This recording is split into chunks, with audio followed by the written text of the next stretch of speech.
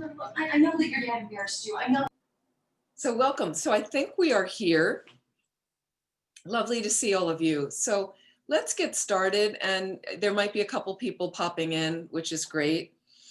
And I was just thinking today, I took a break of a couple hours. There's a student, like one really dear student in Philadelphia, because I don't have a lot of Buddhists in this area. Lovely guy. And we were going to arrange a walk at a wildlife there's this wildlife area near the Philadelphia airport, if you can believe that. And it's a protected area. So it was closed today because they had bow and arrow shooting of the deer in the park. They allow that at this time of the year. And I felt so bad. There was one protester outside the entrance with a sign that said, no deer killing. And she was out there by herself, bless her heart. And I kind of went over and was like, great. And so we couldn't go in there. And then he knew someone nearby in a neighborhood that has this small, like a mini ranch with 5 horses, dogs and cats. And this is like right near the Philadelphia airport. I was hysterical because it's the neighborhood where my mother grew up. And it's always been a special neighborhood to me because it was a diverse neighborhood. When my mother used to tell me about it, and as a child we visited when I was a kid, my grandparents had a little, like an old house there, and it's a low-lying neighborhood that floods a lot. And so hearing all these years of all the diversity, all the different races, cultures that live there together harmoniously, and hearing about it. And then in the late 60s and 70s, they evicted everyone and redeveloped it. So you can't even find kind of the old streets. It's all been changed. It's all kind of townhomes. But this woman there's a couple little houses there and she has amazing. So we were there with her, and now we're going to have a meditation, like an afternoon on Saturday in December, sitting outside with a fire pit. And she has some friends and people want to have a little spiritual ritual. And I'm going to get her some prayer flags because she's got this perfect place outside to hang them, and just a lovely person to connect with. And I helped her get her horses across this little lane to get into this little park area where they graze. And it was amazing to find this, like, it's very urban. So you never know what's happening with people like that. So I wish you were all nearby and we could have a walk like in places like that. It would be really lovely like that, when at least to get outside a little bit. Okay, so thanks for joining. Let's bring ourselves here into the space, wherever you are, and let's just find a way to once again check in with our motivation, reestablish that positive space of mind. If you'd like, just close your eyes for a moment.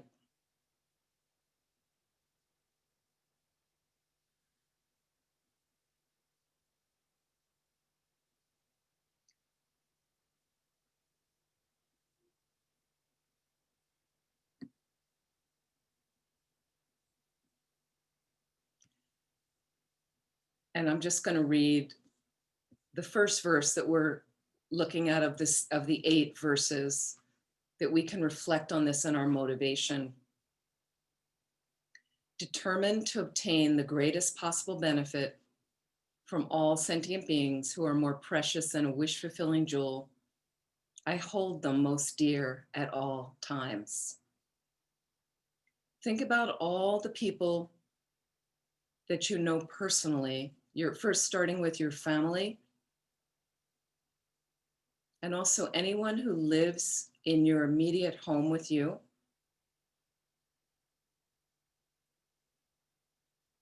Think about how precious these people are.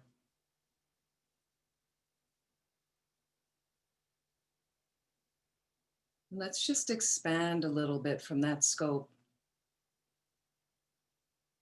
widening the circles, our community.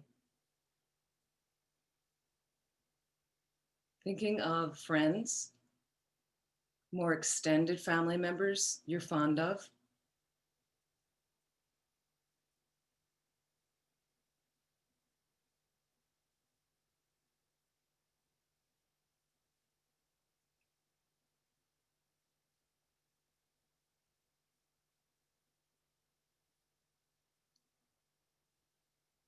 perhaps people, your neighbors in your building, on your street, in your community that you're really fond of. And as COVID is so rampant right now in our country, a lot of people are losing people, or people go in the hospital and you're not sure if they're going to recover. We can even think about other people we've lost before COVID or during COVID from something else, and how that hole is there for us suddenly when we lose someone.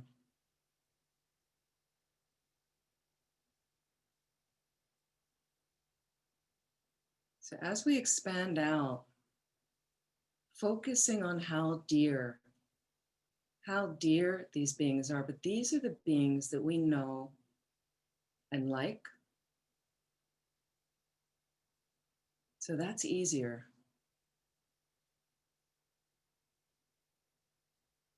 But because of the nature of beginningless mind,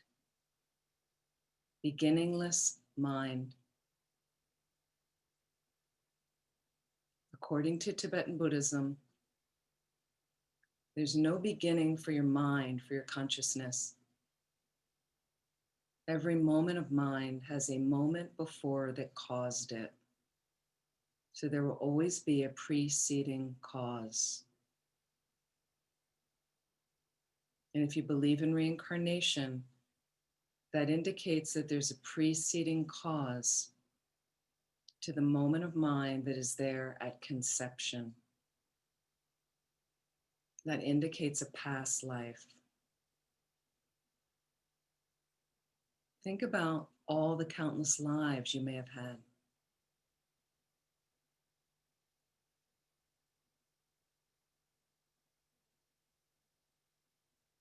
And all the beings in those lives who are dear to you.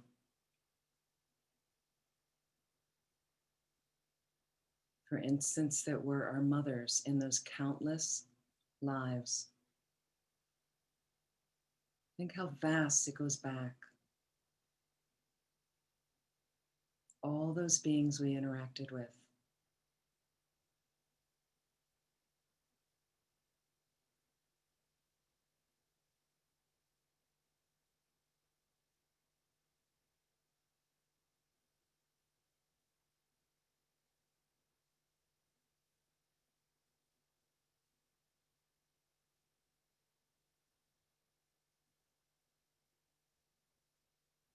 The difficulty is we don't remember those beings this time around.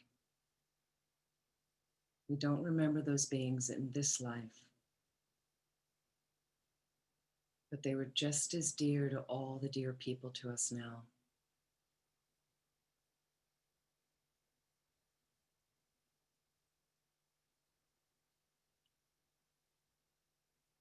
As deeply as you can, feel that in your heart.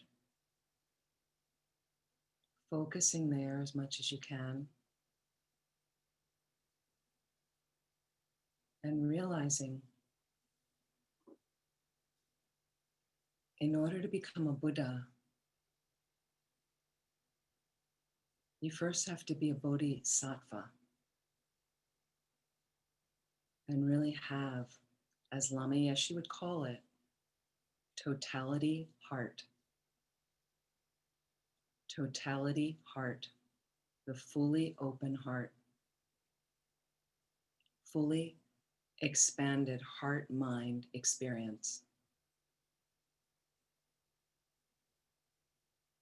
Loving kindness towards all beings.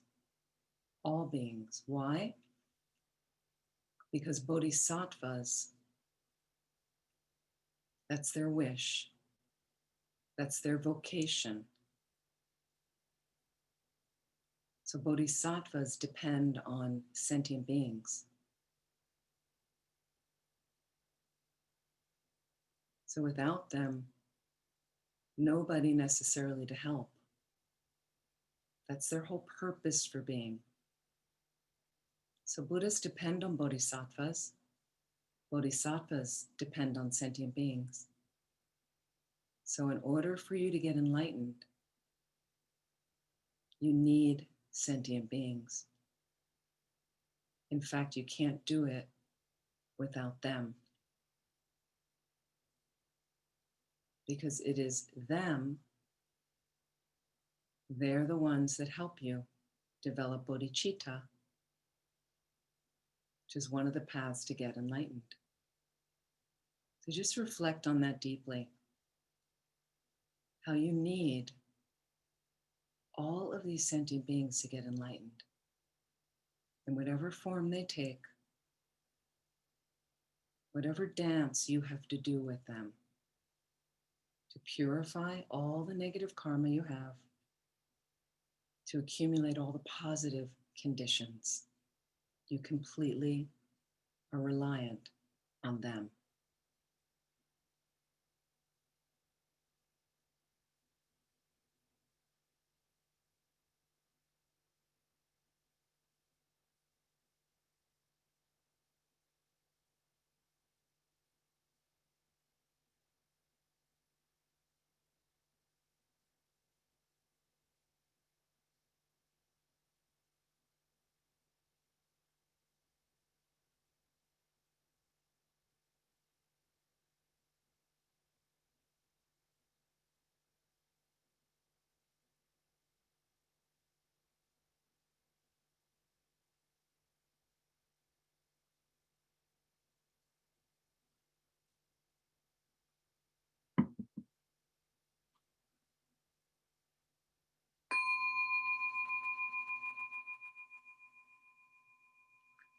And so for the purpose of all of these living beings, all these sentient beings, we're gonna get together this evening and talk about the 8 verses of mind training as a method to transform suffering.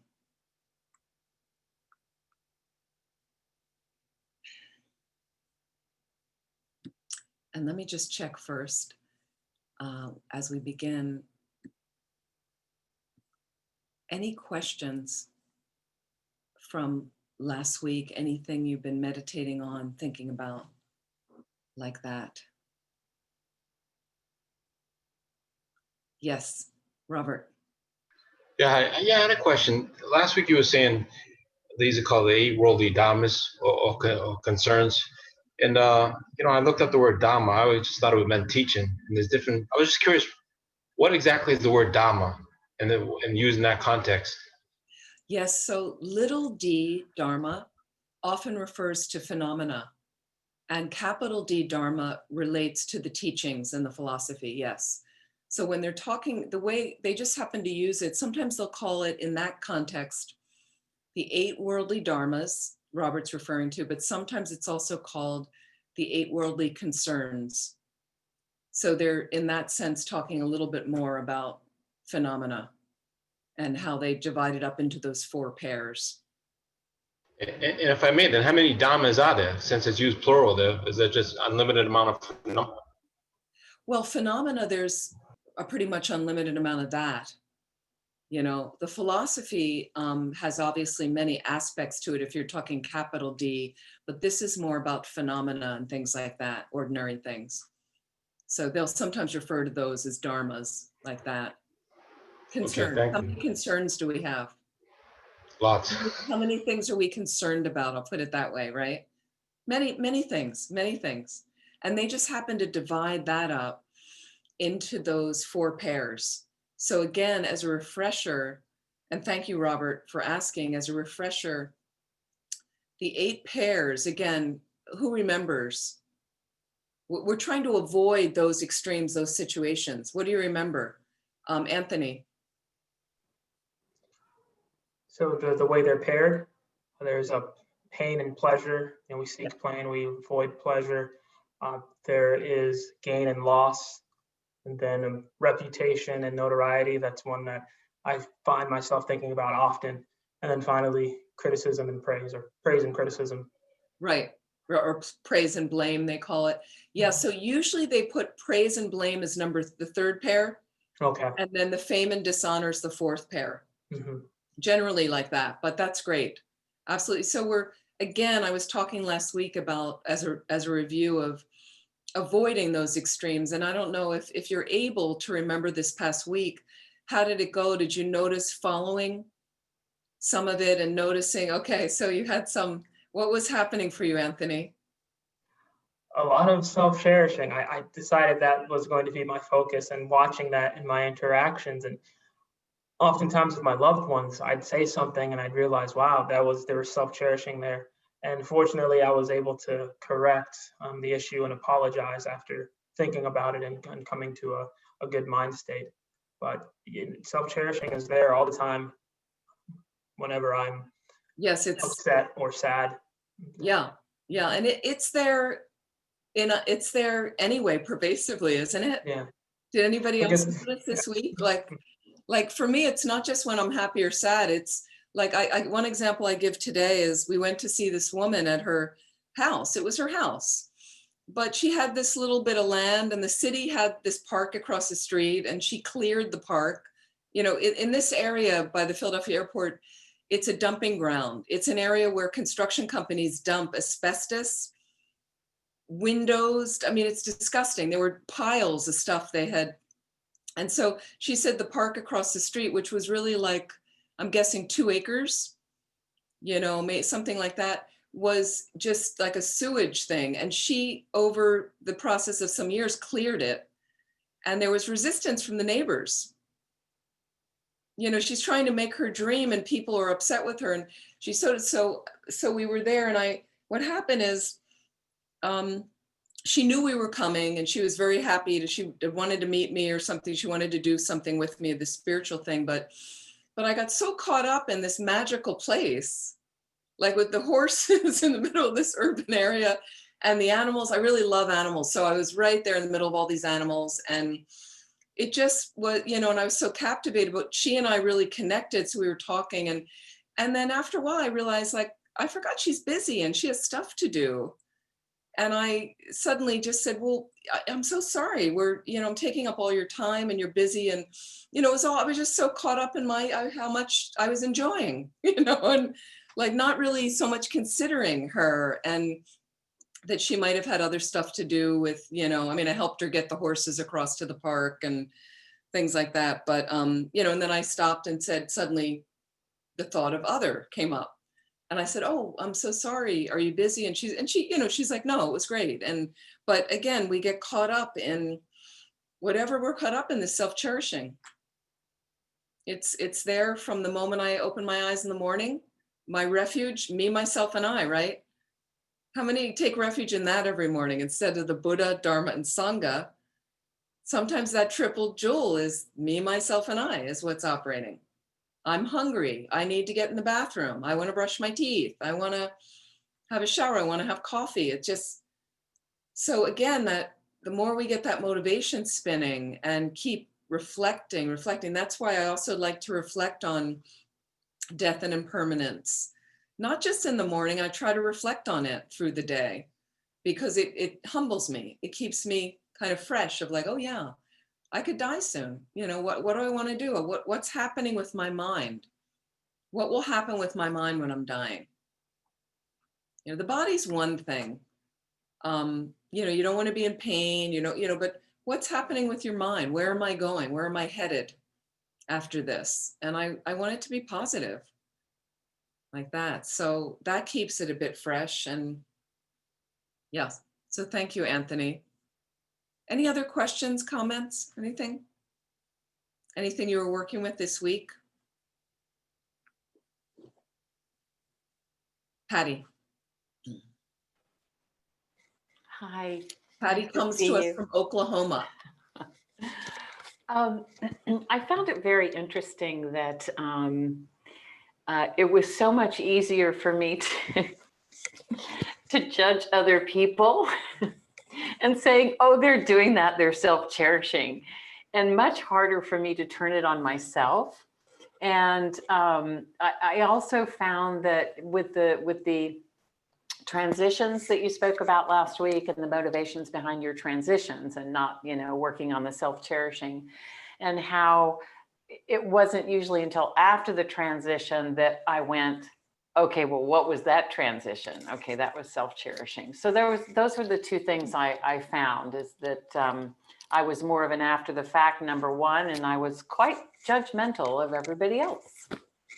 Yes, I mean, we have a lot of judgments. We were talking about that today, actually. And I think it's good to look at that, of just at least to be aware of it. And because once you're aware of it, you start realizing, okay, I can stop that now. I don't really know anything about that person I'm judging. I really don't know their mind unless I'm clairvoyant. And, so that way it's a good counter, but that beginning step is really huge to be aware. So give yourself credit for that. And it's nice also not to judge ourselves. Like I'll just notice the bubble of self-cherishing arise, but I don't get really down on myself anymore. I just accept I'm working on it. I'm doing the best I can. There it is. Okay. I see what it is. I see how it causes me suffering. So try to be cautious not to be overly judgmental with yourself. Again, a lot of this involves equanimity, that equal regard in our minds of all beings, just posing like all the space that's out there with all these living beings like that. So I don't know if that's helpful, Patty, too. Be good to yourself. You deserve it too. And I wanted to check Beata. Is this the Beata where did I stay at your apartment once? You gave me your apartment when I was in Florida. I was wondering if that might, yes, there you are. There you are. Thank you. It was so lovely. How are you doing? Thank you. I'm good. Thank you so much. I'm so thrilled. Do you remember? This is very kind of you. Thank you.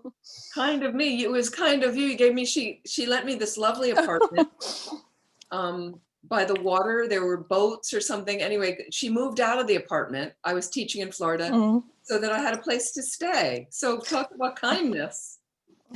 Now I'm living in the same community with Varna Botendron. Yes, I heard you moved there. Wonderful. Wonderful. Great. And thank you. No, they were very kind, the center in Florida that's hosting this. Thank you so much to Tupten Kunga Center, because they're incredibly gracious and generous. And they loaded up the apartment with all these goodies and all the food. And it was just it's always very sweet. So thank you, Nicole, and all the people that make that possible. Very kind. Yeah, I thought that was you. Wonderful. Okay, let's go on with the 8 verses. And I want to have a quick, we did talk about a little bit of looking at the faults of self-cherishing, the benefits of cherishing others. And so it's nice to have little reviews and bring that up at times when you notice you're suffering. Oh yeah, there it is. There's the self-cherishing, to look at that. But I wanted to clarify once again, self-grasping and self-cherishing, as we talk about and use these words a lot. Again, self-grasping is the ignorant way we accept or hold the self to exist. Okay, it's a delusion. It's a faulty mind, basically. First, the self appears to exist in a more gross way than it actually exists. Okay, gross, I mean kind of concrete. Okay, and then we hold that wrong view to be true. So I misunderstand how I exist. I don't exist the way I appear at all. I appear quite solid, concretely existing me. If you threaten anything about me, whether you threaten my family, the shelter that I live in, if I'm in the supermarket and I want cucumbers and you take the last one, that's a sense of threatening my agenda, what I need.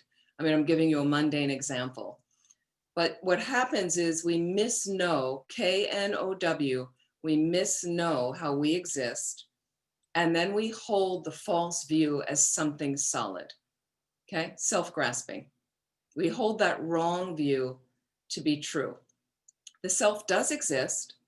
Okay, it does exist in a conventional level. You are sitting there watching the Zoom. You do need to practically engage and take care of yourself. Okay, but that self doesn't exist the way it appears. Okay, not the way it appears to the self-grasping ignorance. That's not how your self exists. Okay, Self-grasping ignorance is the root of samsara. It's the root of all of your suffering, the self-grasping. Holding the I to exist in a way it does not, in a false way, mistaken way, okay? Second thing, self-cherishing now, is based on self-grasping, based on self-grasping. So self-cherishing, you have an overestimation of the importance of my needs over others, of myself over others, the need both to experience happiness and to avoid suffering. I have an overestimation of that. I need happiness and I'm going to do whatever I need to do, and you need to get out of my way, or I need to avoid suffering. And so I will do everything to preserve myself to get that. That's self-cherishing. It's a narrow, self-centered view, okay, but not actually a delusion, like self-grasping, like the misknowing. Okay, however, self-cherishing on the basis of self-grasping strengthens all of our delusions. So it's very interesting how they go together.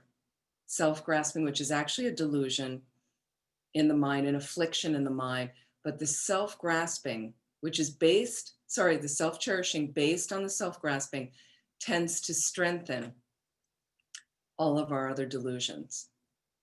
Self-grasping like creates this stronger attachment when I want the happiness and I'm avoiding the suffering. It tends to strengthen anger. These are all delusions, anger, when I don't get what I want, when somebody interferes with what I'm doing or harms somebody that is dear to me, like that. So you can see how all the things that people think a certain thing about you, you know, and the self-grasping gets activated. And again, these end up being based on a lot and manipulated by the 8 worldly dharmas. Okay. So we take our daily lives quite seriously, for the most part, right?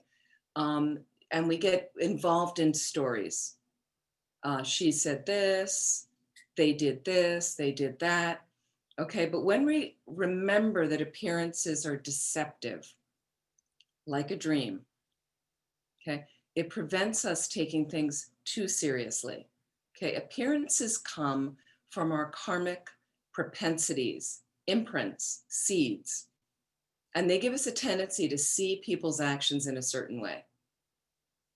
So, you know, you can just think, my mind made it up.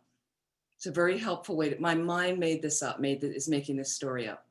Rather than engaging and then having negative reactivity, she's saying this, he's doing that, this is happening, you know, my mind just made it up. Like for instance, me and Mike today turned up at this wildlife refuge place where we went, you know, and I was a little bit late and we were meeting there. And then as soon as I got in my car, he said, oh, we can't go in today. We can't go into the, you know, park today. They're hunting deer or something, you know, and so it could have been like a problem for both of us, you know. And I was texting him that I was running a little bit late because I felt so bad to inconvenience him, and he was really fluid, and he's like, oh, while I was waiting, I met somebody that knew somebody that I went to high school with. Like there he was just on the street in this somewhat abandoned area, you know, that was like, and then I got out and then suddenly there we were, we can't do this. So instead of having a big story, negative, you know, like it's bad to hunt deer and we just adapted. We just were like, okay, you know, what's my mind making up now? My mind can make it a big trip, negative, but why? Why go there? Okay, that was the karmic propensity we had, is we're not going to be able to go to that wildlife refuge today. Not possible. So we'll make the best of it. It's nice out. You know, it was cold, but sunny. We were dressed for it. Okay, plan B. Plan B. And a nice thing I've noticed about plan B, okay, and one of the things I think a lot of you have noticed with COVID right now, the people I know that are doing the best are the most adaptive. They're people that adapt well. You know, suddenly they can't do this, their kids can't go to school, They've got serious health issues, so they need to quarantine better, and or they just had a new baby, and there's so many things going on and the ones that are able to adapt more readily seem to be managing it well and rolling with it, but they adapt in life anyway. So it's a nice exercise for our minds. Like, can I find the fluidity at times rather than holding rigidly to something that really gets you stuck? When I'm rigid in thinking, I find I get really stuck, really leaden in something. So we just adapted and made the most of it, like that. Okay, let me go back. Where's my? Here we go. Whoop.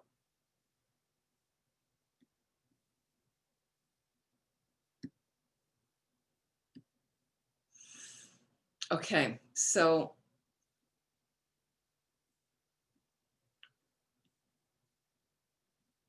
yeah, and I really like that idea of my mind made it up, because it is whatever karmic imprints you have. Karma says that the mind is the fact of action of the mind, which karma means action. It's the movement of your consciousness. That's creating those imprints in your consciousness based on the activities of your body, speech, and mind, as you've heard before. That dictates what that external reality is projecting for you from your mind, not somebody else's mind. You're experiencing what your own mind story is projecting. So I always like that, of like, okay, so my mind's making it up, even when it's negative. Wow, my mind is making this up. You know, this, you might even say, this really sucks right now. This is the story that my mind's allowing me to play right now. This is what's going on. If I don't like the story, I have to do more purification, and I have to kind of create the conditions that are going to be more positive. How do we do it? We look at the 8 verses. Okay. And again, each of these 8 verses is taking an attitude that's different from an ordinary worldly approach. Just this first one we just talked about, determined to obtain the greatest possible benefit from all sentient beings who are more precious than a wish-fulfilling jewel, I hold them most dear at all times. We talked about on a mundane level, a wish-fulfilling jewel grants you all the things you want for, all the things you could possibly want, okay? But sentient beings grant you enlightenment. So it's very different than just getting things, just having things that you like.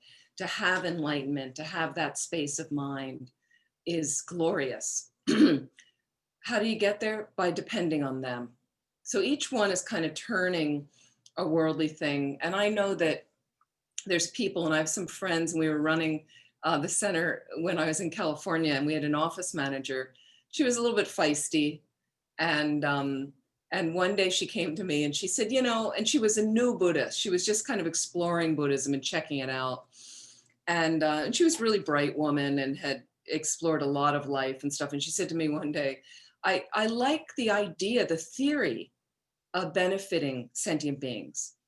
She goes, it's a great thing Buddhism has about benefiting sentient beings. And in my heart, she goes, I really can resonate with that. She said, but there she is in the office, and she says, but the actual practice of it, you know, she just said it was, she goes, boy, people, she goes, I just want people to go away. I want them out of the way. And that's a lot of times what shows up for us. We have this intellectual knowledge.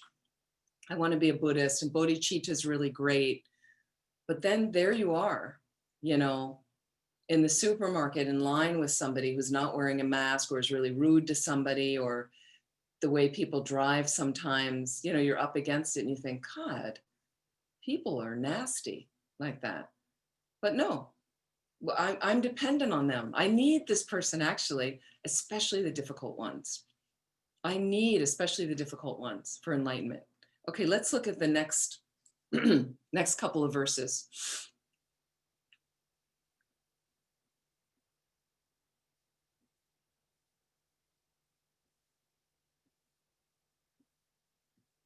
That's right, we did all of this. Okay, verse number 2. And this is, verse number 2 is a counter to pride. and mostly working with generating humility to counter pride, the puffed up pride. We all know what that's like. Arrogance comes from that. Haughtiness is another word. This is the verse. When in the company of others, I shall always consider myself the lowest of all, and from the depth of my heart hold others dear and supreme. Let me just read it one more time. When in the company of others, I shall always consider myself the lowest of all, and from the depth of my heart hold others dear and supreme. So this isn't the normal way that we go about thinking about people in our interactions necessarily, okay?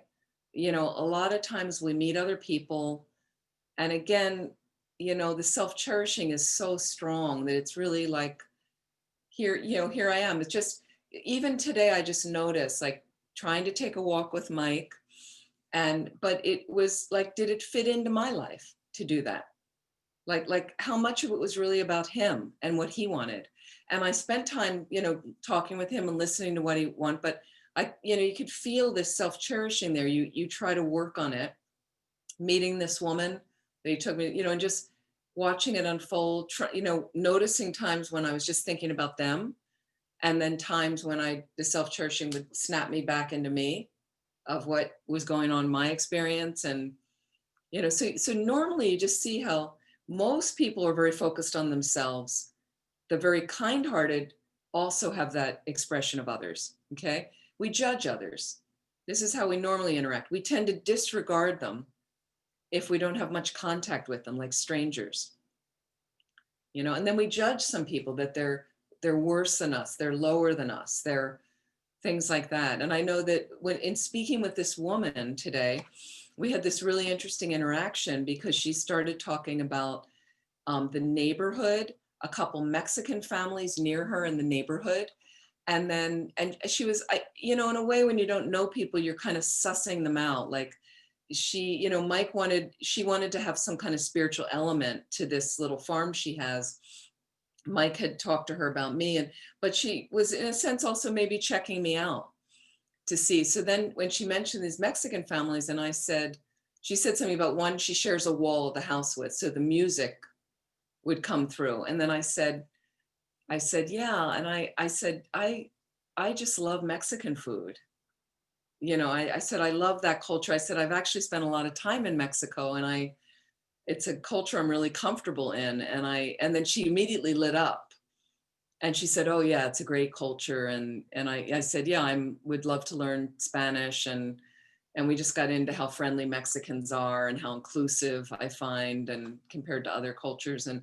And so, you know, but she was saying how there's judgments of certain people in her area being poor. And that's why how the construction companies feel they can just dump, because poor people don't have as many rights. And so if they try to call the city about there's this and there's this dump site, and the city goes, oh yeah, Eastwick, yeah, well, we don't need to pay attention to that. You know, if they said Rittenhouse Square, which is a posh neighborhood in downtown Philly, oh, that's the first thing they'd attend to, because those are the people, you know, giving a lot of money, supporting, knowing the candidates, the people that are in office, and things like that. So, you know, she started talking about judgments and how people show up and start judging and thinking about this or that, and the jealousy. So something to think about, that sense of pride and importance you may have when you go. And there's valid reasons to value and appreciate yourself, to value. So when it says I shall always consider myself the lowest of all, this is not about putting yourself down in a masochistic way. This is about first valuing and appreciating yourself, understanding and looking at if you have pride arise at times, and realizing that that's really an exaggerated attitude. Pride is a delusion, okay? But through my own value of myself, I can stand on solid ground in a balanced way and know that I'm good enough, whether I live in this neighborhood or that neighborhood, or, you know, have this kind of car or that kind of car, or don't have a car, or you know, work at this sort of job or that, or my kids go to this school or that school. I'm okay, whatever's going on, you know, because I alone as a human being have value. So that has to first come from ourselves. First has to come from ourselves. Okay. And then, and noting if you do judge, like, what are you judging about? Is it to posture yourself to make you greater and things like that? So, you know, just thinking that we're all in this boat together pretty much. COVID doesn't select. It doesn't select, you know, only, it does select a lot of the poor, I would say, people that don't have access to healthcare. But it's also selected, you know, some other people. So it's not really differentiating like that. People get sick. And the thing is, everybody dies in the end. Everybody dies. We really shouldn't say it's the end. It's the continuing on, but the end of this life, everybody dies. Nobody lives forever in this skin like that. So from a worldly point of view, just being careful when it talks about hold others dear and supreme, to hold yourself lower than others can trip into an unhealthy attitude. That's not what it's talking about here. It's not talking about depression and an inferiority complex. This is called having pride of inferiority. Okay, when you have this kind of, you know, depression, pride of inferiority wants to be important and recognized, but feels depressed and worthless in relation to others. In relation to others. And a lot of depression comes from that, the sitting in the mind, the sitting in the mind. So that's kind of an unhealthy thing.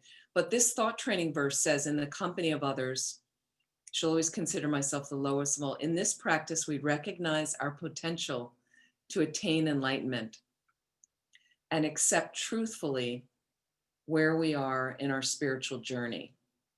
We're not overestimating where we are. We're not underestimating where we are in our progress on the path. We're determined to obtain this highest state for others' welfare, no matter how long it takes. You know, whatever we've achieved, others have enabled that development. Again, because the first verse, we're reliant on sentient beings. So again, it makes them buoyant as well. I need them. If I judge them and put them down that they're worthless, then it devalues my path to enlightenment as well. Okay, so there's no need for the pride. And again, we are all in this together. We're all in this together. And we've been circling around in countless lifetimes together like that. So again, no matter what level of qualities others have, if I value myself, they are worthy also of appreciation. Once I value myself, I've mentioned this before, that what I noticed with one Sherpa family I'm very close with, they live in New York, and cousins of Lama Zopa Rinpoche. And I've noticed they have 4 children that are now university age and a little bit older. But I've known them, they've been in the States over 10 years. And so when the kids are teenagers, one of them is still a teenager, but they hung out with their parents on the weekends. They have friends, but they all, you know, they're very happy to be home with their parents. They do a lot of outings with their parents. And how many 14 and 16-year-olds do you know that want to do that all the time with their parents and are happy to be home on a Saturday night with their parents? And I noticed that this value, this mutual respect, parents to the children, children to the parents. And I was fascinated with it because so many white families I know in the States, the kids mouth off at that age. The kids have attitude sometimes and kind of expect things from the parents and are unreasonable. And then the parents kind of disrespect the kids in exchange. They get upset with the kids sassing, and then they, you know, say something really disrespectful to the kids. I noticed this, you know, so I was asking them, and I realized that they just valued their children just for being alive. You know, they didn't have over expectation on what they expected their kids to be. It was kind of like seeing what emerged, who emerged, that one of them really liked economics, was just, you know, one of them wanted to go into nursing. And yet she changed her mind so many times. And whatever she changed her mind to, they were always like, okay, great. You know, I mean, they very much wanted them to stay in school, go to university. That was important. They discussed that with them, but whatever path they chose on it, and then one of them didn't want to do that at all. He's not a student, right? He was a monk at Copan, gave that back. The parents, it's a big honor for them that one of their children was monastic. Then he wasn't happy. So they accepted. They don't want him to be unhappy. He gave it back, whatever, they went on. Okay, no problem. He's an Uber driver in New York. And the thing is, they saw the positive. Because of an Uber driver, he then had a car. Because he had a car, he could drive them to places in upstate New York they could visit that they never had access to take them around, make it more convenient when they went shopping for food, and make it easier for them to get places. And so there was nothing negative necessarily about it. If he was in school, he was unhappy, didn't do well, didn't like it. So just this value they placed on their children's lives was so impressive to me, and the kids resonated with it without having a lot of competition layered on them and expectation. And then when they don't meet the expectation, the negative feelings the kids would have. So it's something that really impressed me. So to go on, this verse is advising us to hold an attitude of humility in all situations and with whomever we're with. Because it's when we're with people that there's this danger of the pride arising. Okay, some people obviously have more pride than others. But again, when we're with people, that's when there's this danger. It's not going to happen normally when we're just alone on our own, but pride's not going to happen. It doesn't happen necessarily when we're not with people. It's usually with people. Then the judgments start, then the posturing, like that. The danger of disparaging others and thinking of them as lower and puffing up our self-importance happens normally when we're in the company of others. It's then that we need to hold this view of thinking of others as more worthy of having greater knowledge than ourselves. So if you notice that pride is one of your things, this is the verse you really want to work with. Obviously, it's best to work with all the 8 verses. Again, they always go against the normal worldly view we have. And what's difficult is living in the United States right now is, and generally in the world as a whole, is it tends to operate often the opposite of the Dharma, the opposite of Dharma principles.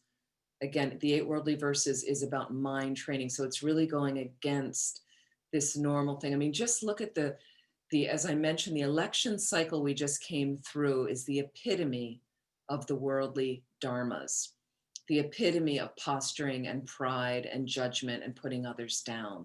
And what happens is if you're at all subjected to it through social media, your computer, the news, however you get news sources, it tends to make those polarities. And so you get habituated, you have the influence of that. So then you're around normal people and different people, and then you start the mind a little bit, well, you know, and I've even seen it just driving. I talk sometimes about driving, how why you have to be in front of that car. What my brother made this joke once. We were driving and he was driving and I was in the passenger seat, and I knew we were turning left, and I said to him, are you going to put your signal on? Like, shouldn't you put your signal on so people know? And he said, well, I will, like, I want to get in, but then as soon as I put it on, people will pull up and not let me in. Philadelphia, city of brotherly love, right? But seriously, but I've seen that as soon as you do it, somebody, you know, and so again, my mind has to go against that grain, that worldly situation.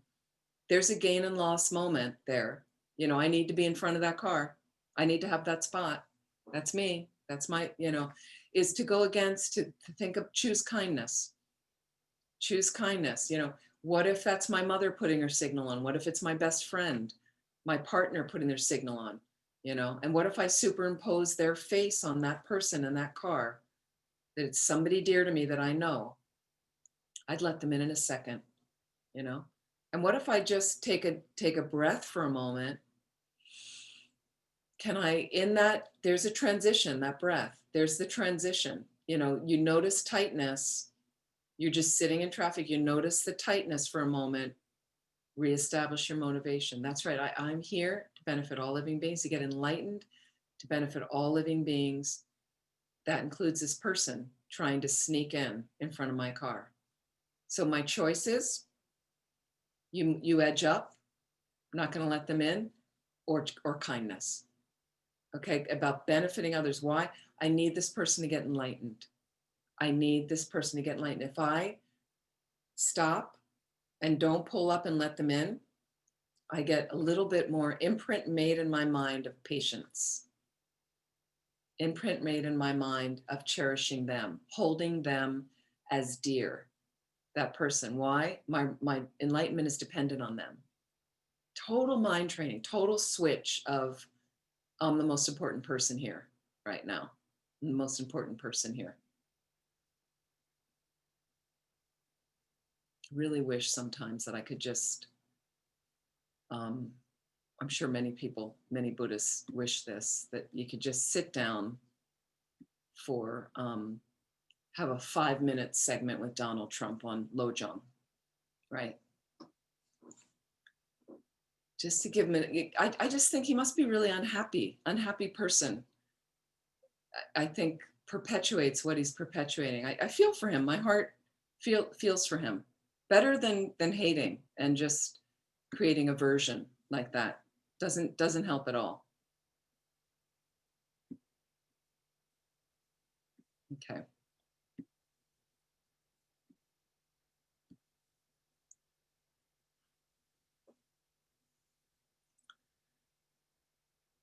So Rinpoche, Lama Zopa Rinpoche, and also pride, as you know, is a non-virtue. It's an afflictive mind delusion. And on the basis of pride, we have the difficulty of many other negativities arising. I think you understand that.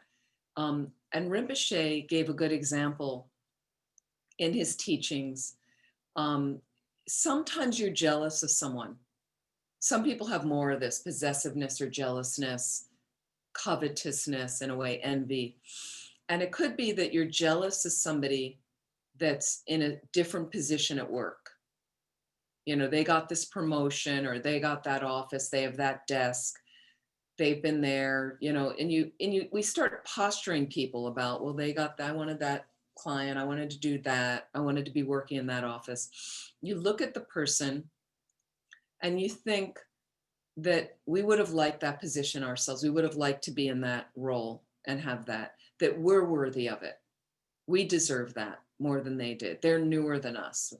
So through seeing that person and feeling some resentment about them having that position and getting the praise, whatever they got, we then become on the lookout for their mistakes.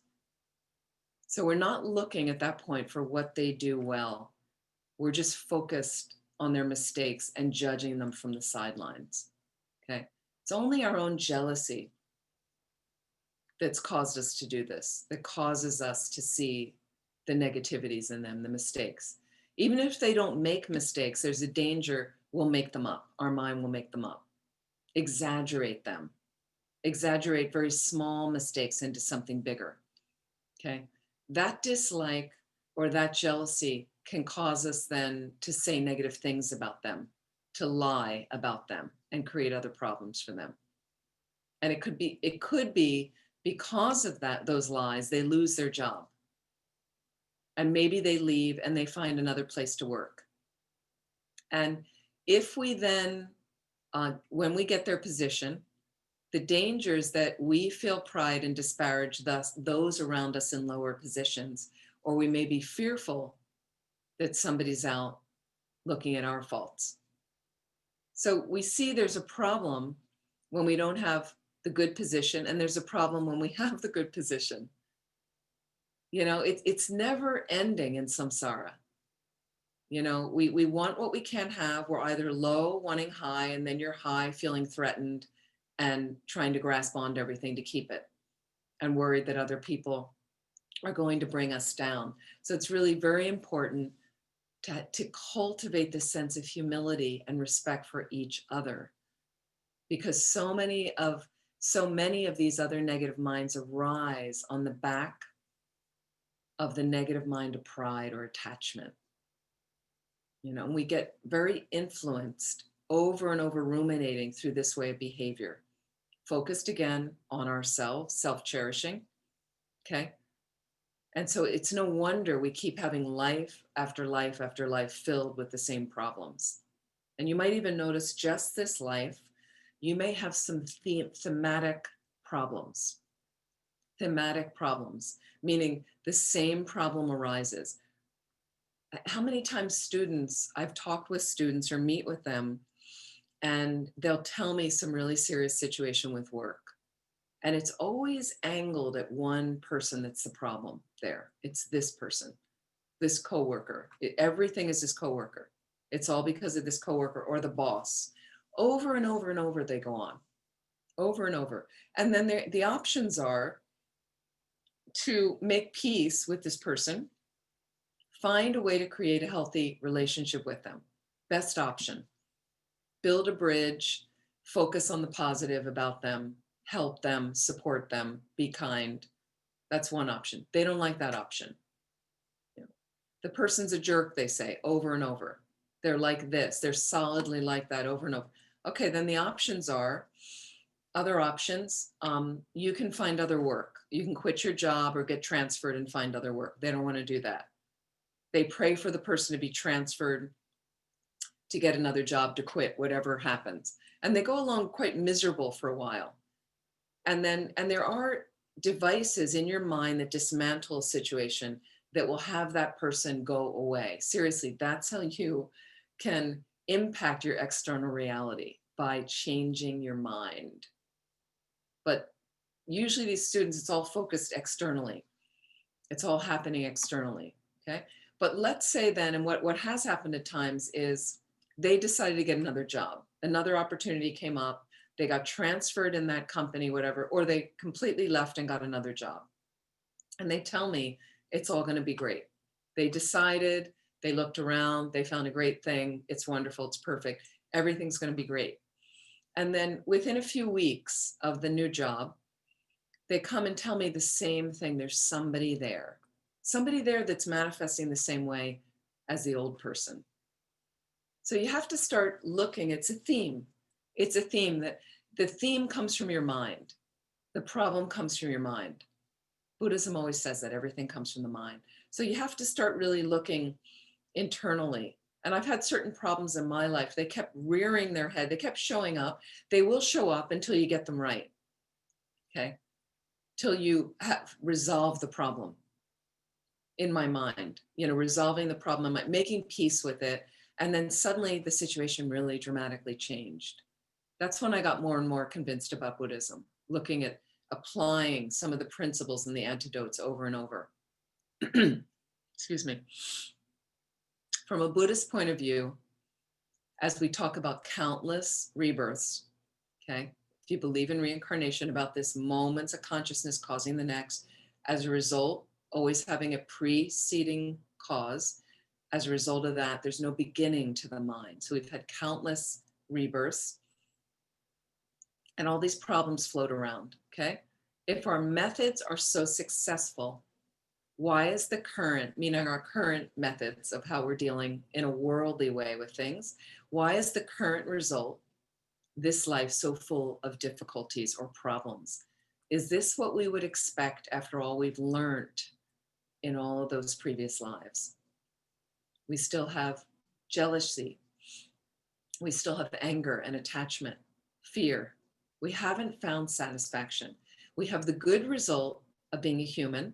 It's a fantastic rebirth with that balance of leisure and suffering, okay? But we can be sure we have enough good karmic causes. Can we be sure that we have enough good karmic causes to keep having a high rebirth again and again so that we can keep improving on it? We don't know that. We have to just keep working right now. Okay, so this verse is advising to watch out when we're with other people. Please really be aware When you are with other people, to see them as higher or more valuable or more worthy, more knowledgeable. Okay, see oneself as being lower. We need to heed this advice to avoid the danger of pride arising, to cut pride, to work on humility. Instead of automatically getting into the judgments, posturing, figuring out the faults in others, what if I just really honor them? Really honor them. The humility is fantastic. Thinking of oneself as the lowest of all is the antidote. Okay. And again, not in that unhealthy, balanced way, but it's like honoring these people. Think of ourselves as lower than our teachers. Think about when you've had good teachers and you really admire them and aspire to be like them. Lower than dear friends of yours that you so look up to and you really love that point of view that they had and how kind they are and what a good meditator they are, you know. And then you want to add lower than our enemies, lower than strangers. With all the different people around us, we want to have a sense, as much as we can, of being lower. It's a secret practice. Again, it's a secret practice. These verses weren't the first thing told out there. It's hard to explain these to people if they're really not Buddhists and they're not convinced about this path because they think we're crazy. The world's going around in a different way. So again, it's kind of a little secret, your secret tool that you have. It's not that we announce to other people, well, I'm really lower than you. And it's not the constant, like I do know people that are constantly putting themselves down, but it's in an unhealthy way, not a balanced way. They really suffer from a crippled view of themselves, that constantly sabotaging themselves. We're not talking about that. This is a private thing and a spiritual practice.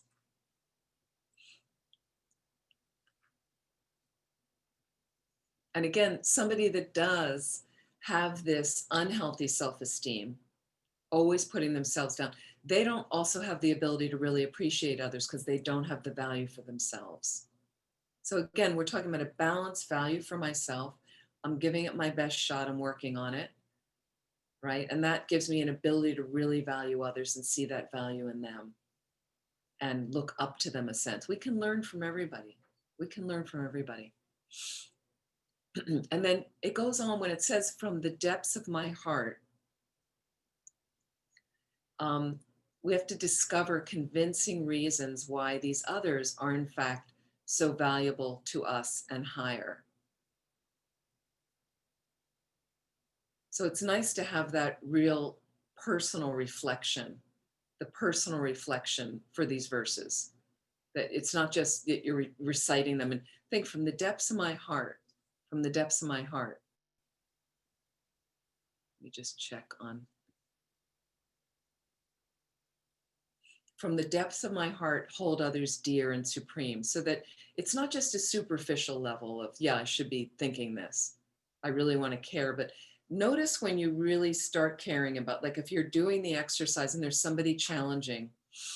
I used to do this at these management meetings when I was a newer Buddhist, but I was learning these verses and we had these, you know, these awful management meetings. There must have been like, I don't know, 8 to 10 of us sitting around this conference table, and there were some really big egos, and I was struggling with some of these people. And with Buddhism, I was doing a lot of Buddhist teachings at the time on the weekends.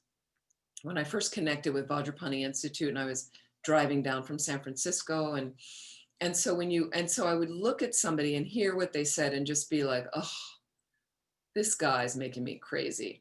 And then I'd all of a sudden sit back and start to just check. I didn't have to say anything, and I wasn't called on to report anything, but just watching him speak, watching my judgments, but just trying to convert it to realize, you know, all these things. He wants to be happy, he doesn't want to suffer, what he goes through, the challenges I knew he had with some other people, how other people regarded him, they were intimidated by him, and just looking at these whole things and feeling that, you know, I was okay, you know, with all my problems, but, you know, muddling along like anyone else, doing my best. And suddenly I could really feel a switch of something shift where I could see him as in all his insecurities, what he struggled with. And my heart really kind of went out of like, well, he really just needs some care and love, this poor guy. And I would hear about his personal life a little bit and what, and how much he suffered. And so really from my heart, when you really get your heart out there of like, to really want to take care of somebody and really hold them in that regard. So you want to try to make the verse, the practice of it a little bit more like that, coming from there.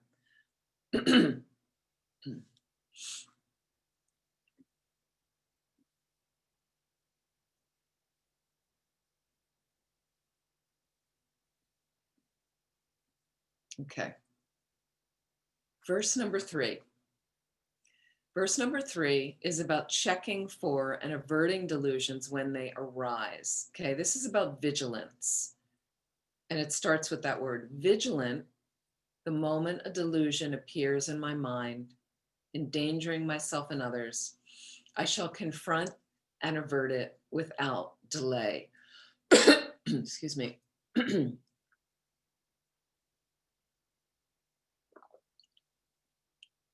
Again, vigilant the moment a delusion appears in my mind, endangering myself and others, I shall confront and avert it without delay.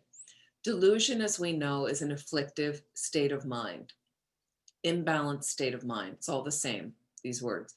A mind that just by being present with that delusion is disturbing. The mind is disturbed, whether it's pride, jealousy, anger, attachment, fear, depression. You get the idea. So by nature, delusions disturb the mind and they cause additional imprints for suffering in the future. They cause us to act in a certain way with our body, speech, and mind that causes via karma that imprint in our consciousness. And it gives rise to various negative effects, okay? So our present way of thinking gives rise to obvious similar results we experience in the future.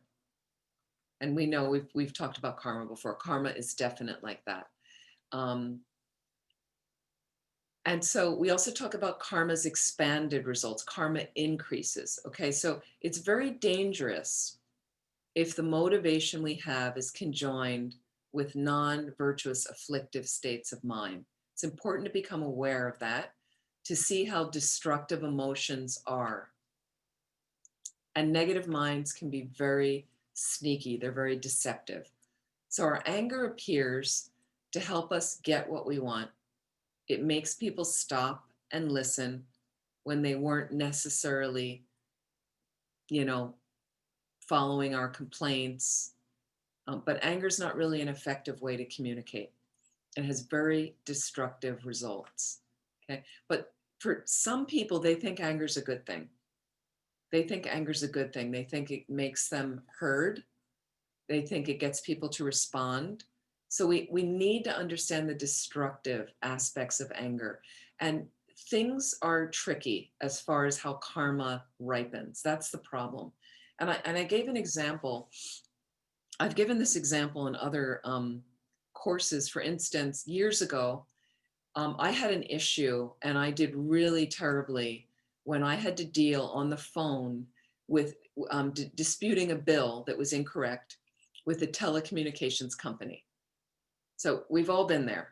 Okay, whether it's your credit card company, your phone bill. Okay, now we have, cell phone bills, or you have a bundle with your internet and your phone bill. But you get what I mean. And it used to be just a landline. And notoriously, month after month, there would be some other charge on the bill. And we have these long distance phone charges, if you remember. And I'd call and you'd get an agent. And it used to be easier to get an agent. You wouldn't have to go through the waiting and push number one and you'd get somebody on the phone and they're like, well, we're sorry, that's your bill. So then I would explain it again nicely. No, there's nothing they were going to do. But I said, well, I didn't make these calls. This is not my bill, or again. And then I would start to raise my voice.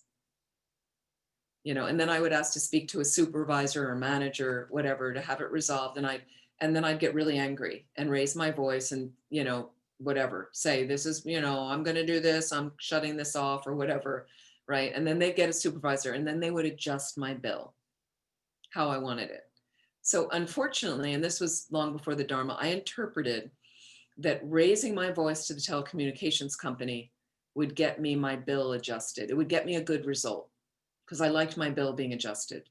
Like I wanted it to be accurate. So accurate, that was good result.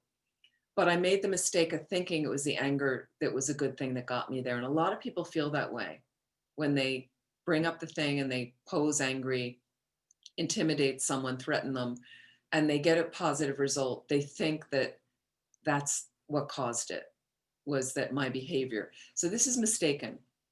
This is mistaken that causes us a lot of suffering, okay? The result I got of them making the bill accurate is a positive karma ripening. And the only thing that can cause that is some sort of positive imprint in my mind, not anger. So karma doesn't ripen directly. And sometimes, unfortunately for us, like that. You're stepping on an insect and you intend to step on it to kill it. And you see all the stuff coming out of it. And while we're doing that, we're not kind of splitting apart and having all of our blood and guts kind of scream. It doesn't happen like that instantaneously. So we sometimes have this mistaken thing that my negative intention, my negative activity got me a positive result. Karma doesn't work like that. Okay. What the negative anger did was create more suffering for me in the future and probably have me have many more telecommunication bills inaccurate, right? Because I used to have a real issue where I was just like, again, there's, now I don't seem to have that issue because I learned that I'm not going to do that on the phone anymore with agents. It's not helpful. It's not what I want in my mind. I don't want imprints like that in my mind. So negative minds are very deceptive, and what they start creating and what they influence your mind to do, that's just anger. Attachment also is another one of the major delusions, appears to be advising and guiding us what's best and most desirable, that's going to bring us happiness. And again, you need to examine if that's true. If that's true. Desire seems to beget more desire. Check it out, physically or mentally. Please check. I've checked my own mind. Years before I was a nun, when I wasn't celibate and had partners, and I noticed that physical desire for me, the more it was acted upon, it created more physical desire. It was interesting to notice that.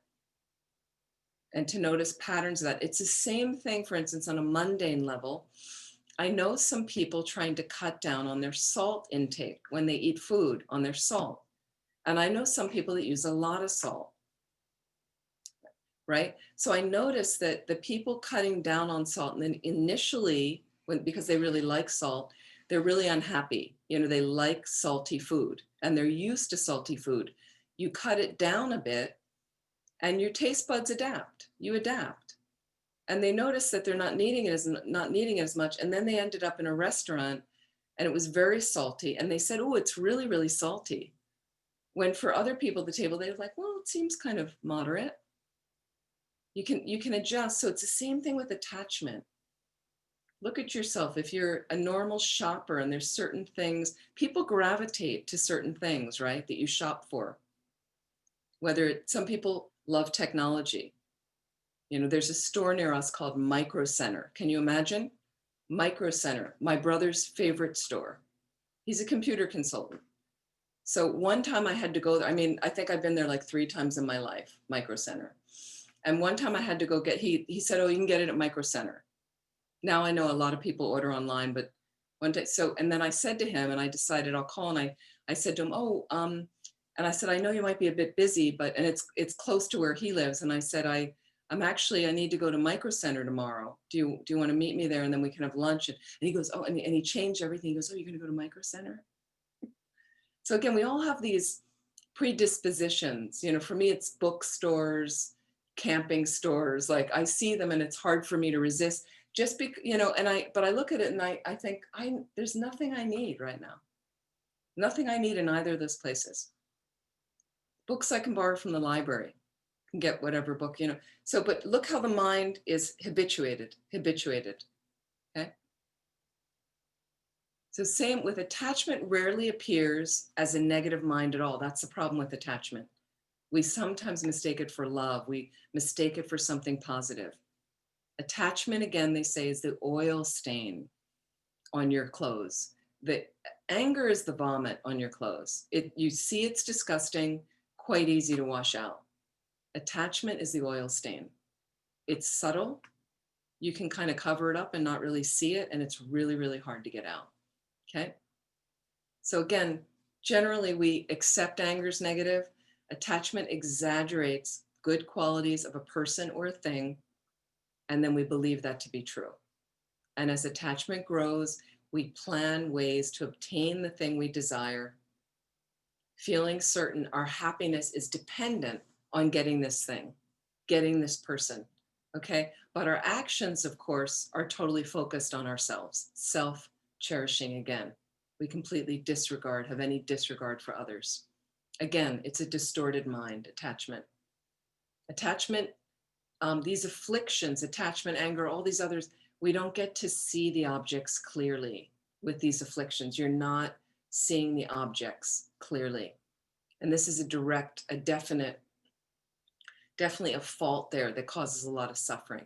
So when you're noticing these things happening, when you're noticing, again, verse number 3, vigilant, when a delusion appears in my mind, think, what sort of mind am I having right now? What's going on in my mind right now? I'm flustered. I'm needing that thing. I'm upset with this person. What am I thinking about this situation? Just notice the story your mind is telling you about the situation.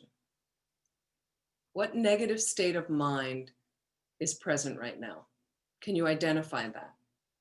Which sort of delusion is it? Is it anxiety? Is it attachment? Is it depression? Fear? Pride? Just try to identify. Some of you, they say, go after your biggest delusions first. Identify some of them just jump right out at you and you go, yeah, attachment. So go after that one first. Start learning the antidotes to that. And look at whatever delusion's appearing. How will that distort my present view?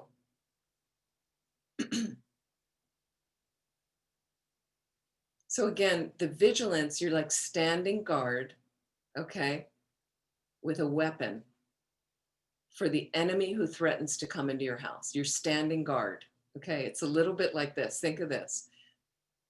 If the enemy is not coming, you can relax a little bit. If they're coming, you get ready to counteract. Okay, it's a good state to be in. You're ready to recognize and avert the affliction. Okay, you're ready for it. Now again, it's difficult to be vigilant 24 hours a day.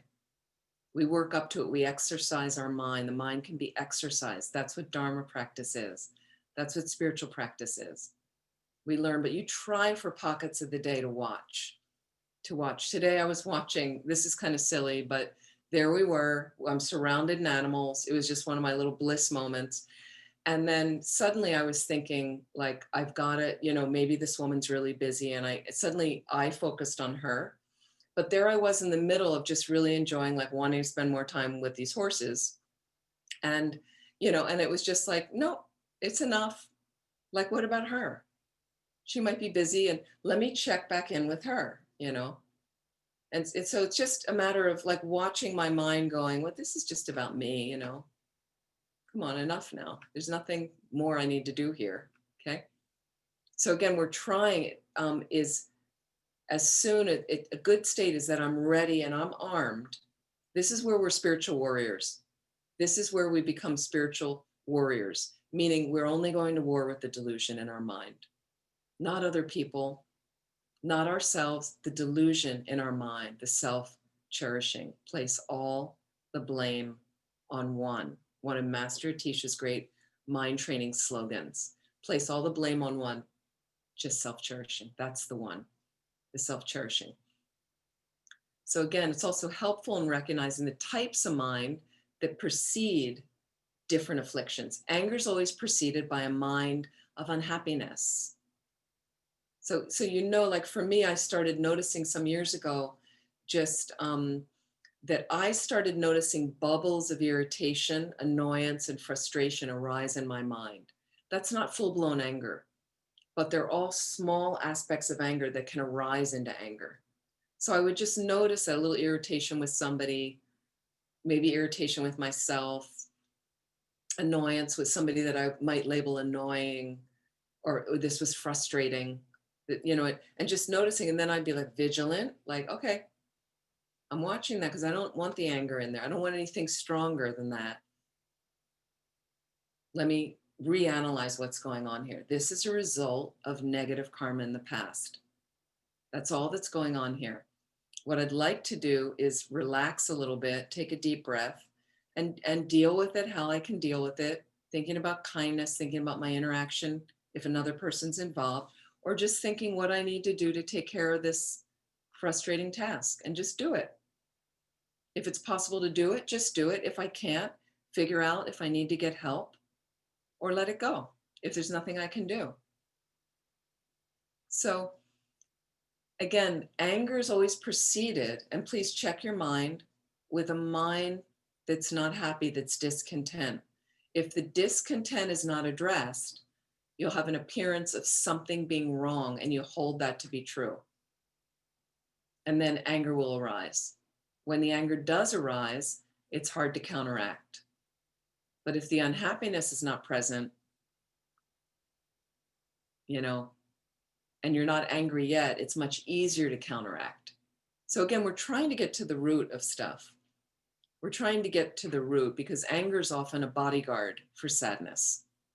It's often a bodyguard. So you want to understand, what am I sad about? What am I upset about? What happens if I don't get this thing, or this person doesn't want to be with me? Can I just be with sadness?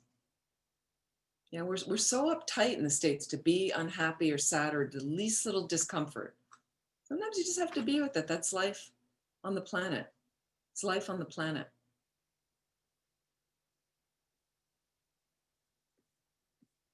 Let's see, I think I'm almost done. Okay, so I just want to check in.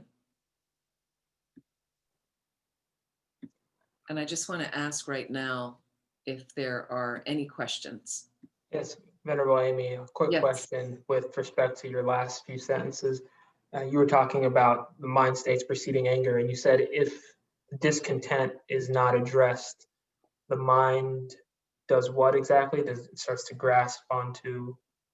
Yeah, if you haven't addressed the unhappiness or discontent where it's coming from, then the angry mind starts getting activated. Mm-hmm. So the vigilance isn't there, and I'm allowing it to grow into full-blown anger.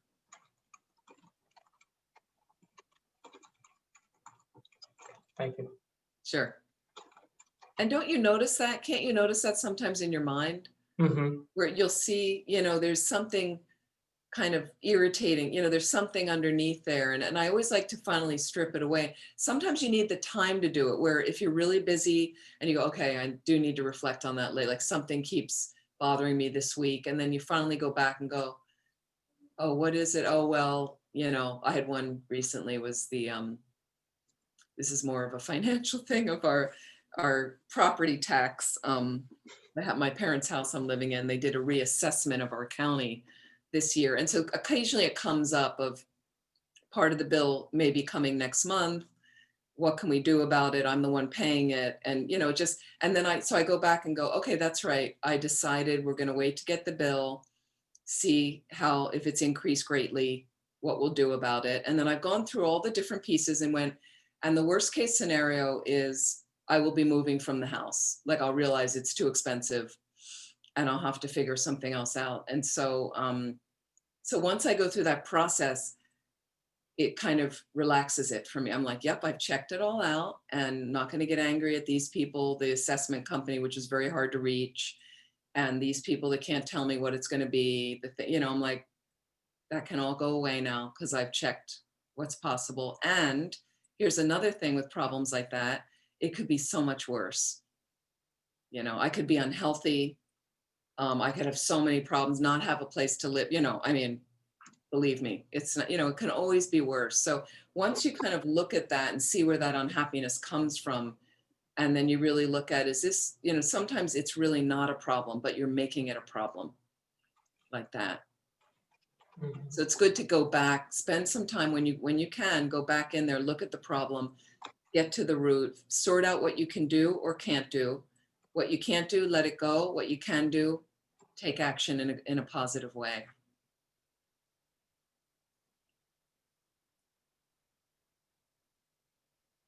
Anything else before we conclude for today? Okay, so again, look at the verses. And what would be really great is look at verses 2 and 3 for this next week. Notice, are you building humility? Countering pride? How vigilant can you be? Think about being like a sentry with your delusions. I'm prepared, I've got my ammunition, not in a negative way, not that we're arming up necessarily, but really I'm kind of patting my mind to be that spiritual warrior, that I'm going to catch those delusions before they get really activated. It's kind of exciting too. I'd love to hear your stories next week. Actually, we have a break, I think, because of Thanksgiving. Let me just double check I wanted to make sure to double check the. Yes, that is correct. Okay, so now it's the 19th. And the next time we meet is, I think it's going to be December 3rd. December 3rd. So I know we have a few skips, but December 3rd, we'll be back. So we just have a 2-week break, and I wish all of you a really wondrous Thanksgiving. There's much to be thankful for. And I really hope you all stay very healthy for the Thanksgiving and can enjoy your Zoom interactions with your family and friends. And I'd like to dedicate, and if you really want to help right now with COVID, because it's getting worse in so many places in the States, we do have this prayer-a-thon Friday to Saturday, the IMI. I know my slot is 8 to 8:30 in the morning, Saturday morning. I do it every Saturday morning. You can find the link on my website, and it's East Coast time. So we do just a half an hour of practice, and these are some of the practices that Lama Zopa Rinpoche has said is right now very key to doing for the COVID illness, to stop the spread and things like that. If you're interested in joining, feel free. I'd like to dedicate the merit, and I'm just gonna bring up to share my screen if I can, a few of the dedications from these COVID practices that Rinpoche's recommended. Let me just bring these up. Thank you so much, Amy. And I just wanted to let anybody know, if you are new this week and were not here last week, I'm going to put my email in the chat. Email me if you did not receive the readings and the links, because I'll send them to you tonight. Thank you. Thank you. And thank you so much, Nicole and Thupten Kunga Center, for hosting and for being there and all the wonderful work that you're doing. Thank you so much. I so appreciate like that. Let me just share my screen with all of you, and we can read some of these dedications together.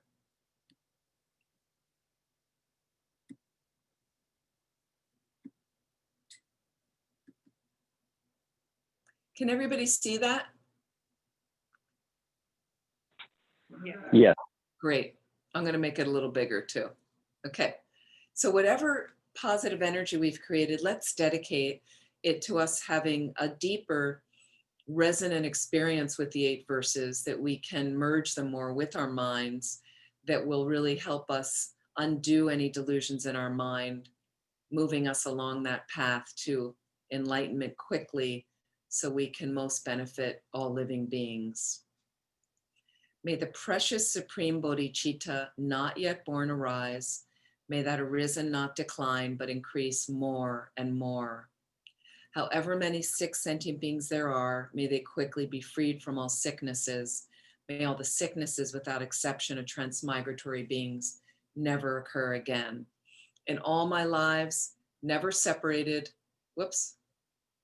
Never separated from perfect gurus, may I enjoy the magnificent Dharma, and by completing the qualities of the grounds and paths, may I quickly attain the state of Vajradhara. And Rinpoche says one of the most important is this dedication to seal the merits with emptiness.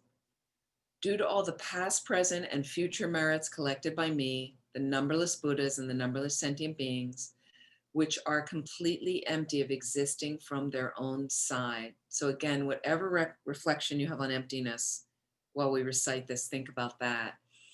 May I, who am completely empty of existing from my own side, achieve the state of full enlightenment, which is completely empty of existing from its own side, and lead all sentient beings who are completely empty of existing from their own side to that state which is completely empty of existing from its own side, by myself alone, who am completely empty of existing from my own side. And the long life prayers for His Holiness, the Dalai Lama, and Lama Zopa Rinpoche. The wish-granting, wish-fulfilling jewel, source of every single benefit and happiness in this world, to the incomparably kind Tenzin Gyatso, I beseech, may all your holy wishes be spontaneously fulfilled. You who uphold the subduer's moral way, who serve as the bountiful bearer of all, sustaining, preserving, and spreading Manjunath's victorious doctrine, who masterfully accomplish magnificent prayers honoring the three sublime ones, Savior of myself and others, your disciples, please, please live long.